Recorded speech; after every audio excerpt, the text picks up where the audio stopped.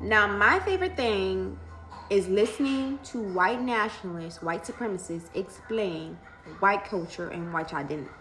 Let's do it together. Tell me how you define white identity and what you think is being erased about white identity. Certain types of Anglo-derived culture that comes from our history. Like what? Let me think about this. Senator, I would say if you were to look at the book by one of your former Senate colleagues, Born Fighting, about the sort of Scotch-Irish military culture and certain, pride that went with that, that would be one example.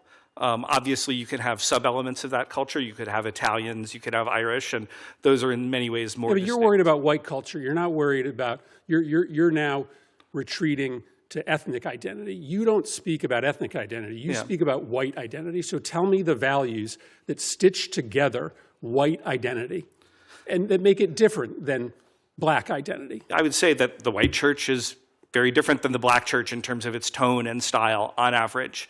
Foodways could often be different.